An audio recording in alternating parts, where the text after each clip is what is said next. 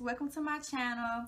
This is my very first video, and this video is going to be about tips and advice for high school graduates who are coming off to college. First, I would like to congratulate you all from graduating from high school. You've closed one chapter in your life and now you're about to open another one. Okay, if you see me looking down, I'm looking at my notes. Okay, so the first thing I want to talk about is finding your major. Some people may already know what they want to major in coming into college, but some people may not know. It's okay if you don't know, because you have people or programs at your school that will help you find the right major.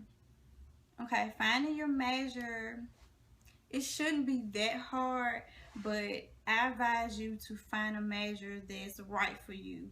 Find a major that you would love doing for the rest of your life. Do not find a major based on what your mom wants you to do, or do not become a lawyer because your dad is a lawyer. Find something that you love to do. Find something that you have a passion for doing. So I encourage you guys to find something that you have a passion for, and your major is for you.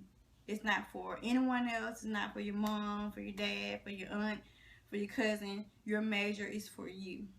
Okay, the next thing is professors. There are two websites that you can go to, koofers.com and ratemyprofessor.com. I will link those websites in the description box below. So those two websites you can go to and you can rate your professor, or you can look at their ratings. I mainly use koofers.com, so whenever I do my schedule, I'll just go to koofers.com and I look up the professor.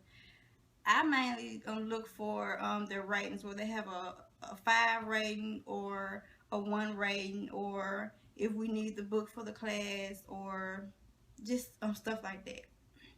So me personally, I would rather have a professor who has a 5 rating compared to a professor who has a 1 rating, because therefore I know that they're a good teacher. I know that I'll be able to learn in that class. Okay, another thing, I advise you to just go and get to know your professor. Just tell them your name, tell them your major, and stuff like that, because you never know, at the end of the semester they may help you out. Like I had a professor who I took for nutrition, and in nutrition it was kind of hard. Like I kept going to her and telling her that I didn't understand. She knew my name. She had found me a tutor and stuff, and so I took her for another class. In that class I was having trouble too, and she saw how much I cared about school. She saw how much I cared about my grade, and she kept in mind that I had came to her, I had got to know her, I told her my name, I told her I wasn't understanding and stuff, and so she helped me out in that other class, and I passed the class with a C. So therefore I think it's good for you to get to know your professor, keep in contact with your professor. If you need anything, email him or her, and they should be able to help you. Okay, the next thing is textbooks. Okay, y'all, please do not buy your books before classes start, because you can get in class and then your teacher can say, oh, well, we don't need that book, or they can say, well, I changed the book, so we're going to have another book. Then you're going to be mad, ain't you? Listen to me. Do not buy your books before classes start. Wait until after classes start to see if you're going to need the book, or to see if you're going to use another book. So therefore it's good to just wait until after classes start to buy the book. Okay, renting books versus buying books. Renting books is so much cheaper than buying books. I'm telling y'all, trust me. Rent books is so much cheaper than buying books, because if you buy a book from the bookstore, let's say it's a chemistry book that you need and it's $200 and some. Okay, you go ahead and buy that $200 and some book. you bought the book, and then at the end of the semester, it's time for you to sell the book back to the bookstore. They only give you $80 back for that book. Yeah, so you should have rented that book. You can rent books from your bookstore, or you can go to Chegg.com, bookrunner.com, netbook.com. It's some more sites that I go to. I can put the sites down below in the description box. I'll put those below so you can go to them and just look and just see which website is cheaper to rent your books. So I advise you guys to just rent books. Okay, my next thing I'm going to talk about is classes. Okay, the first thing I want to say about classes is please y'all go to class. Please go to class. You guys are grown now. You're not in your mom's house, so therefore you do not have anyone to wake you up or pull the covers back in the morning time and say, get up, it's time to go to school. You want to have God to wake you up, so therefore it's up to you to go to class now. It's up to you. And I know it's gonna be hard because, you know, some teachers, they put notes online and some teachers don't take attendance, but just get them to go to class, because some teachers, they actually do take attendance, and some teachers, they give you an attendance grade.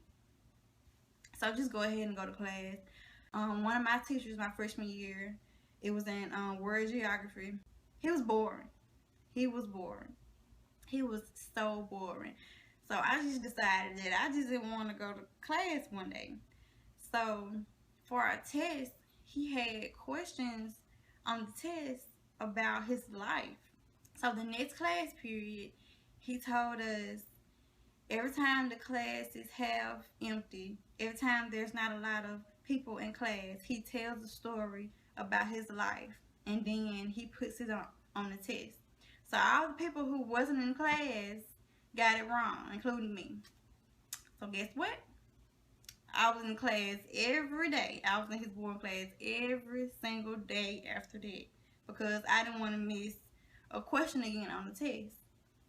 So I advise you guys to just go to class. Now, classes in college are not like classes in high school. Classes in high school, if you miss a test, if you miss an assignment, you can always make it up later. Just come back and just, you know, you can turn it in at the end of the semester if you want to, and they'll grade and give you a good grade. No, not in college. It's not like that in college. If you miss an assignment, you get a 0, you just miss it. Oh well. So therefore, please get that mindset out of your head. Get that high school mindset out of your head that I'll just not do this assignment. I'll just turn it in at the end of the semester and I'll get 100. No, you will not. You will get a 0. So don't even try it, because you will get a 0. Okay, so and then you have some teachers who do not give you study guides at all. Like, you will have to just read your notes or just read the book. Like, they do not give you study guides at all. Also, extra credit. Whenever a teacher gives you extra credit, please do it. Please just take advantage of extra credit. Because what if one day you're sick and you miss class and you miss an assignment, or what if you don't do an assignment? Then therefore you can do this extra credit that they assign, and you may not get all your points for the assignment, but you will get some points back. So whenever they give you extra credit, do it, because it brings your grade. That was my last tip I had for you guys. Thank you so much for watching my video. Thank you.